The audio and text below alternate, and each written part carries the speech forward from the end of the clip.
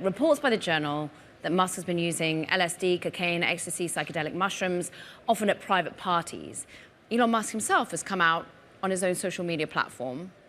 What did he say? What did you make of his comments? He's sort of swung in various directions. At sometimes he said, well, whatever I'm taking, I should continue taking it, basically pointing to the performance, and also the fact that a lot of this stuff, or at least some of it, has happened more or less in the open. He smoked marijuana on Joe Rogan's podcast. He has said he has a prescription for ketamine, which is, a party drug. He said he's using it, to treat depression.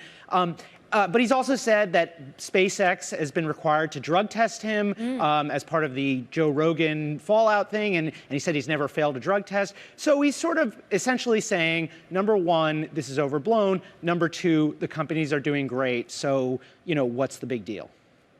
The thing is that either the Wall Street Journal report is accurate, right, Max? It cites anonymous sources, or it's not. And this was the post that caught my eye. Elon Musk saying that following that Joe Rogan appearance 2018, at NASA's request, he agreed to random drug testing of a period of 3 years. We've asked for comment from NASA and from SpaceX, but if the drug testing took place, we'd have more to go on with this story. Yeah, the Journal's article mentions the fact that he was drug tested. It also notes that, some of the drugs they're talking about are not traditionally, at least according to the Wall Street Journal, in that kind of drug test. So we're talking about psychedelics. That is the allegation, in addition to some of the things that Caroline just mentioned. So again, it's not totally clear what he would be testing positive for. And I don't think it's hugely surprising that he's been drug tested because, of course, a lot of government contractors drug test employees. Less than a minute, Max. But this comes down to ultimately a board who some worry are just too close to him.